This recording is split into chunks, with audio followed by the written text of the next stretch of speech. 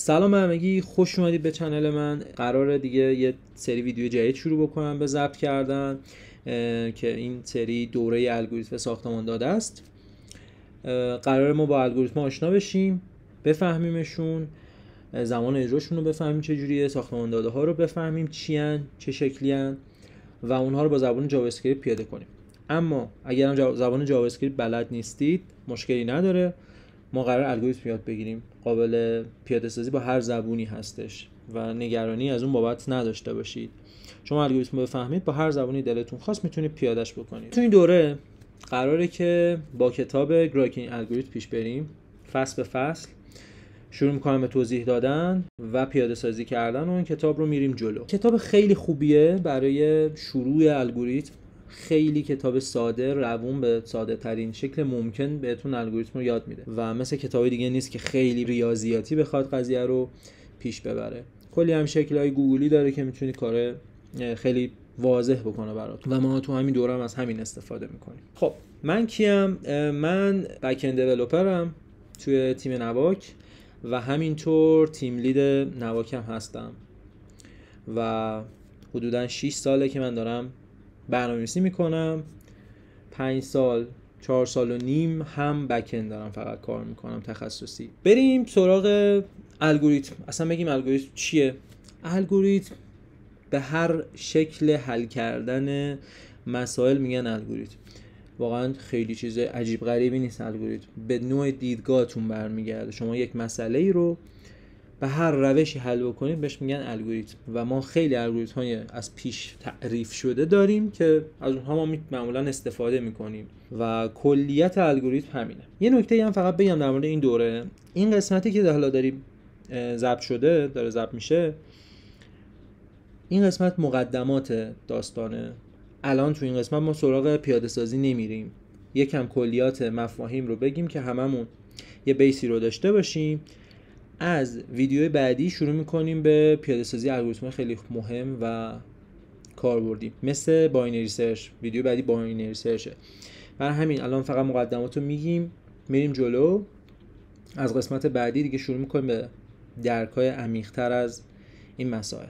یک مفهوم خیلی مهم ما داریم توی الگوریتم به اسم زمان اجرا کردن برنامه. ما برای اینکه بخوایم یک زمان اجرای برنامه رو، برنامه که منظورم الگوریتمه، میخوایم بررسی بکنیم که چه الگوریتمی خوب تره، میایم از یک نمادی به اسم نماد او بزرگ یا بیگ او استفاده میکنیم. یک علامت نمایشیه که ما میگیم این الگوریتم انقدر زمان اجرا داره، بیگ اوش انقدره. مثلا بیگ اوش انه، یعنی ان بار زمان اجراشه. چیز خیلی عجیب غریبی نیست، یعنی خیلی سختش نکنید برای خودتون، خیلی قابل فهم. به زمان اجرای اون برنامه گفته میشه. جلوتر هی خوردترش میکنیم این قضیه رو، نگران نباشید اگر چیزی الان براتون خیلی مفهوم نیست. یک چیزی که وجود داره اینه که بیگ اویی که ما داریم حساب میکنیم به اصطلاح واقعا زمان اجرا به ثانیه نیستش.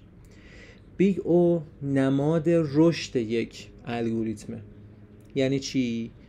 یعنی ما نمیایم مثلا بگیم که فلان الگوریتمی که واسه برنامه ما نوشتیم 30 ثانیه از ما وقت میگیره. چرا ثانیه نیست؟ چون به خیلی پارامترها وابسته است. پس ما نمیتونیم بیایم الگوریتم رو بر اساس ثانیه محاسبه بکنیم. ما باید بیایم بگیم که چه تعداد این الگوریتم بهینه است که حد اکثر چقدر از ما وقت میگیره. برای مثال ما میخوایم که توی آرایه 100 خونه‌ای دنبال یک آیتم بگردیم. دقیقاً فقط این رو در نظر بگیرید که سورته، یعنی 1 2 3 4 الی تا 100 هستش و ما دنبال خونه 100میم. دقیقاً مقدار 100 رو لازم داریم. توی الگوریتم ما اگه بخوایم ساده بهش نگاه کنیم، میایم خونه اول رو بررسی میکنیم، خونه دوم رو، سوم، تا برسیم به جواب. این زمان اجراش به اصطلاح بیگ او انه، یعنی به تعداد خونه هاش باید ما بریم بگردیم که خیلی الگوریتم مناسبی نیست.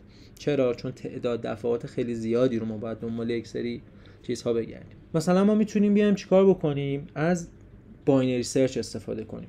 حالا باینری سرچ جلسه بعدی آموزش میدم، فعلا بی خیالش. فقط اینو بدونید که خیلی الگوریتم بهینه تریه و همیشه آرایتون رو، اون خونه هاتون رو نصف میکنه و نصفش رو مورد مقایسه قرار میده.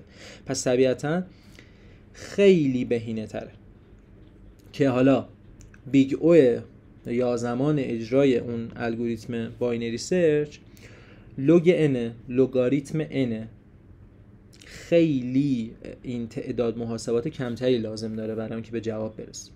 تا اینجا متوجه شدیم که ما تعداد عملیات رو داریم حساب میکنیم، پس به ثانیه نیست. چرا این رو میگیم؟ چون اگه الان ما داریم 100 تا خونه رو میگیریم، بخوایم حسابش بکنیم 100 تا خونه رو، 100 تا اون آیتمایی که گفتم، فرض بگیریم هر خونه 1 ثانیه از ما بخواد وقت بگیره، برای اینکه کل اون خونه رو بگردیم باید 100 ثانیه وقت بذاریم. اما مثلا توی باینری سرچ فقط تو 7 ثانیه مثلا به دستش میاریم. این تو این تعداده. اگر ما این تعداد 100 تا خونه رو بکنیم 1 میلیارد، چه جوابی میگیریم؟ طبیعتا یه عدد وحشتناک زیادی میشه. 1 میلیارد ثانیه باید بگذریم تا به اون جواب برسیم. پس ما در مورد ثانیه هیچ وقت صحبت نمی کنیم. پس از این به بعد اگر گفتیم زمان اجرا، منظورم زمان اجرا به منظور تعداد عملیاتی که باید انجام بدیم. و بخوام چند تا از حالا اون الگوریتمای زمان اجراهای خیلی معروف رو براتون اینجا بیارم، 5 تا از اون خیلی معروفاش رو، به این 5 تا میرسیم که از بالا به پایین زمان اجراشون طولانی تر میشه. از همه پایین تر لوگاریتم n، بهش میگن زمان لوگاریتمی، که یه نمونهش برای همین باینری سرچه. بعدیش ON. ON واسه چیه؟ واسه همین روش خطیه، بهش میگن زمان خطی، یا برای همین سرچ های عادی یا همین خطی ها استفاده میشه، یعنی مجبوری به تعداد خونهاش بری جلو. بعدی n ضرب در لوگاریتم n که معمولا برای کویک سورت ها استفاده میشن، سورت های خیلی سریع. مرحله بعدی n به توان 2 که اون هم برای مرتب سازی های پیشرفته تر استفاده میشه. و در آخر که بدترین الگوریتمه، یعنی از لحاظ زمانی واقعا فاجعه است، ON فاکتوریل. این الگوریتم انقدر زمان اجرای طولانی داره و اکثر آدم‌های ریاضیدان و کسایی که با این الگوریتم کار میکنن واقعا هیچ جایگزینی برای این ندارن و جوری نمیشه این الگوریتم رو بهینه کرد، انقدر که الگوریتم عجیبیه. این کلیت داستان بود. خواستم که با تمام این یه مقدمه‌ای رو با هم دیگه داشته باشیم.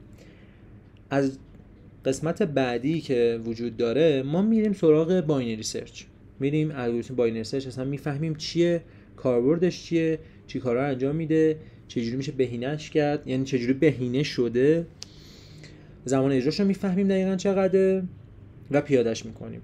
و لطفا کانال رو سابسکرایب کنید. اگر هم کامنت بذارید ممنون میشم. سوالی هم بود که 100% کامنت بذارید. روز خوبی داشته باشید.